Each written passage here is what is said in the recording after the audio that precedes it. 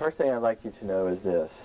This is a little model that I had taken out of one of my big spines, and I kind of use it to make it easier to demonstrate and to show things how the disc actually works.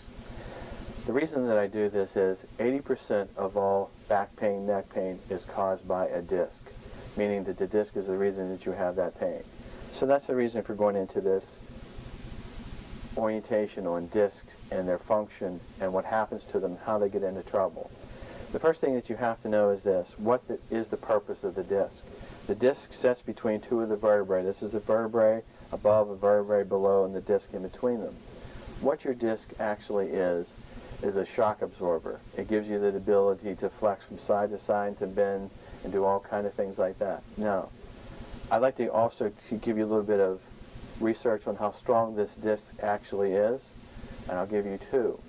They have tried on research to take and pull this vertebrae and this vertebrae out of a cadaver, obviously, to pull the disc apart away from the bone, and they can't do it. All they end up doing is crushing the vertebrae. The other thing, when they take these discs away from a cadaver or a person when they're doing an autopsy, the only way they can do that is with a hacksaw. That's how strong that disc is. I want you to remember how strong that disc is. Now, that disc is what gives you the ability to flex, to bend, to do all those things that I said to you earlier. Now, what happens to every disc to get it into trouble, whether it's the cervical disc, the low back disc, it really doesn't matter. The same thing actually happens to it. What happens to this disc over time, or all at one time, this disc will actually compress. The compression forces of gravity and everything else is pulling this disc down like this. So instead of this disc being the size that it is, it gets smaller. As it gets smaller, what happens is it pushes to the back. Now, the reason that it pushes to the back is because of the angle of all the cervical and the lumbar vertebrae. Now, when it does that, the problem that you have is this. When that disc does, and I'll show you with the whiteboard here an axial view of that, but I'm going to go in a sagittal view. I'll use big words and I'll tell you what the words mean. Sagittal just means we're looking at it from the side. Axial means we're going to look at it from the head down in. What happens to that compression force is this. That compression force, the disc, doesn't cause any problems unless that disc goes to the back, where it touches one of two things. It touches this guy right here, which is the spinal cord, or it touches these guys right here, which is the spinal nerves. It touches one of those two, you get immediate instant pain.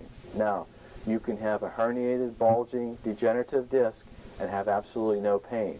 Now, how I know that is they did research when they started doing MRIs a long time ago. They took 100 people that were asymptomatic and they did MRIs of their low back, and they found out that 50%, which meant that 50 out of 100 of them had herniations or bulges in their low back without pain.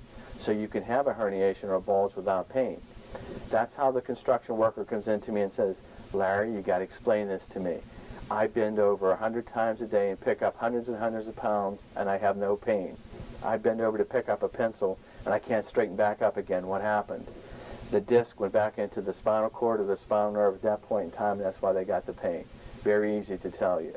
But it's the compression forces of life that bring it down. Now, that compression force can come at all at one time, like an automobile accident, or fall down the steps.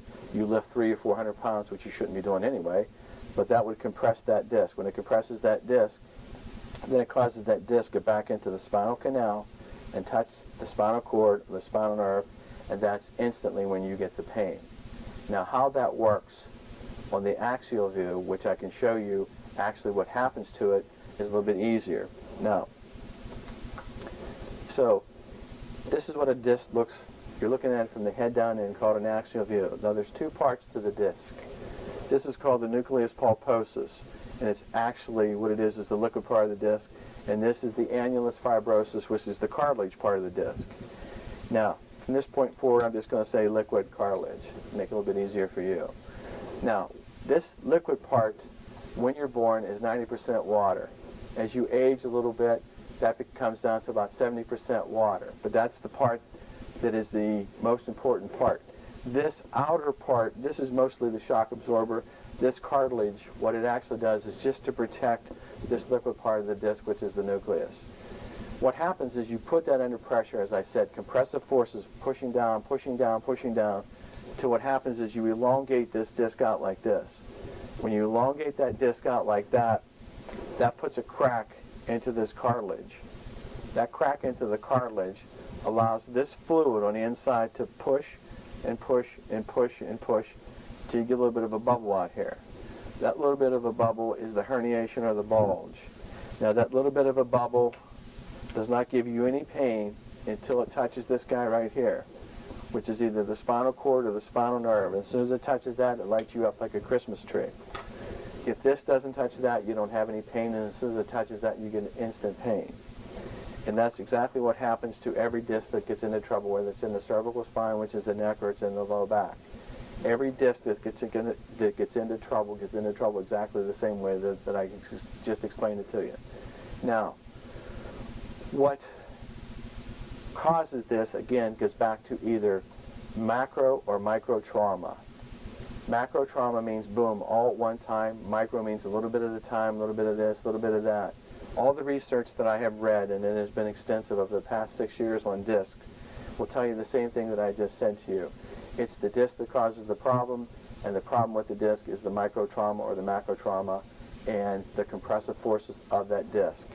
Now, I've made this very simple for you so that you would understand it. It's a little more complicated than that, but not very much, all right? The basics are there. This got to touch that in order to give you the pain, and if you don't have this, you're not going to have any pain. This is what they're actually looking for when they do an MRI of you, or they do a CAT scan of you, or they do a myelogram of you, or they do a discectomy. They're looking to see where this is at, and that's the area that they're going to try to work with you and try to fix. So that's basically the anatomy of how the disc works, what it does, how you get into trouble, how every disc gets into trouble, and they all get into trouble pretty much the same way, right? So with this is the kind of problem that 99% of the patients that come into us have. Either we see it on an MRI, a myelogram, CAT scan again, or some type of a diagnostic, or we find this when we do our examination with the patient. And this is the type of person that we treat in this office day in and day out. These type of people don't have to live with the pain. We can take it out of them. So this is actually the anatomy of the disc.